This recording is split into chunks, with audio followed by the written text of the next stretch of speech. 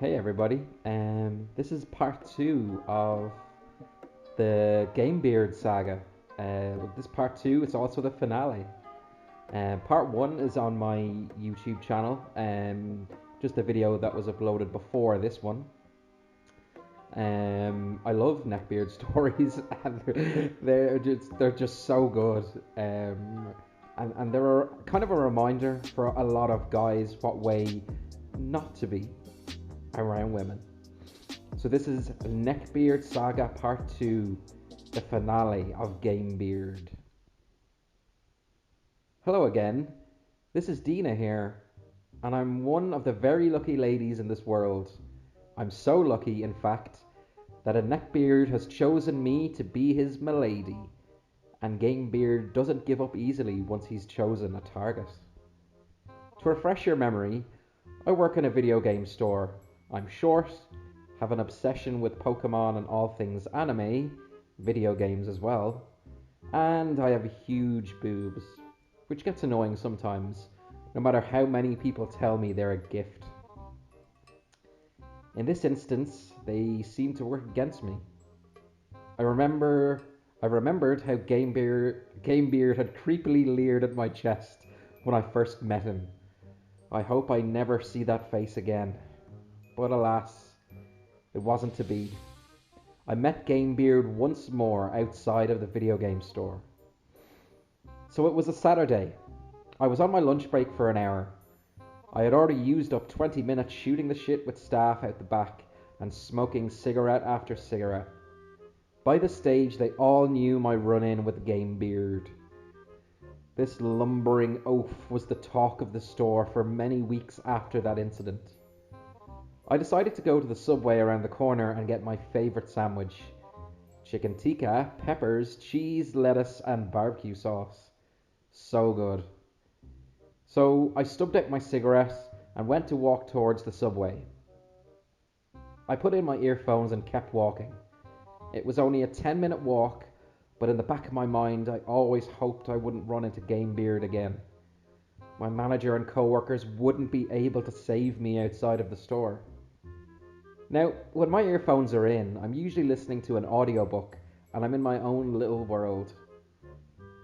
Every time I closed my eyes, however, I could see Gamebeard's drooling expression in my mind, which sent chills down my spine.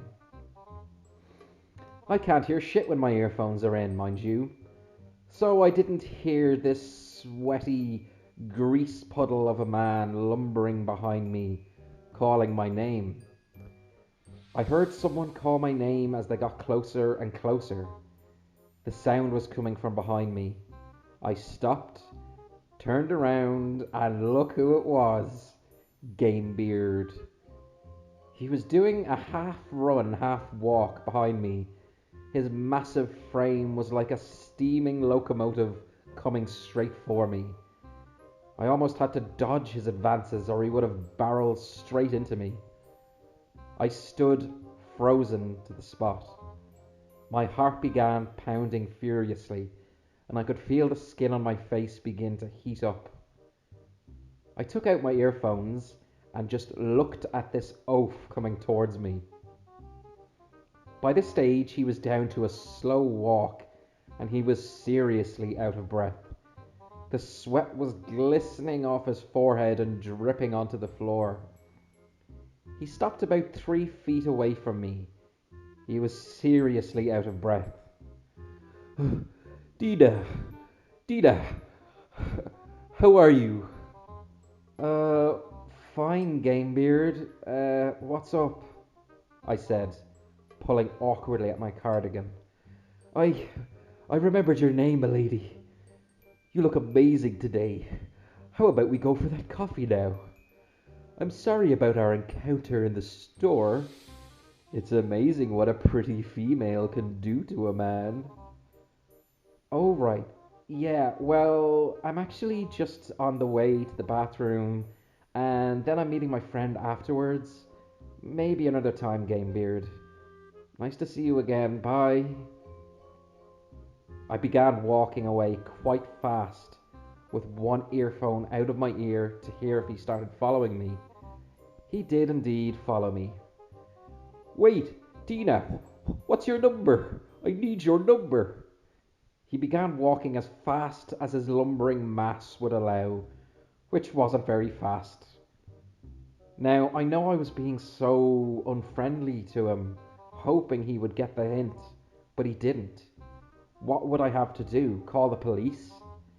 At this stage, I was starting to panic. What would he do? Follow me into the girls' toilets? Milady, please, wait! He was so out of breath it was almost comical. I saw the sign for the girls' toilets and bolted towards the cubicle. Dina, please, I will wait here for you, my darling. Thank God he didn't come into the cubicle. I just wanted the earth to open up and swallow his rancid body and never be seen again. By this stage, I was almost crying. I began furiously texting anyone I could on my phone. I needed someone from the shop to come save me. I could now hear Gamebeard walking around the women's toilets, breathing heavily, coughing and spluttering for breath. I remained silent and as well hidden as I could be. I texted everyone that I knew in the store to come and get me. I wanted to call the police, but I didn't want to be heard. I waited and waited. Gamebeard seemed to go from walking around the bathroom area to going outside again. Then I could hear my two co-workers' voices outside. It was Matt and Dave, my saviors. I was so frightened I remained in the cubicle. I found out what actually happened later was that Matt and Dave actually wrestled Gamebeard to the ground and called the police. I came out of the cubicle to find Gamebeard sprawled on the ground, crying as two police officers were putting handcuffs on him.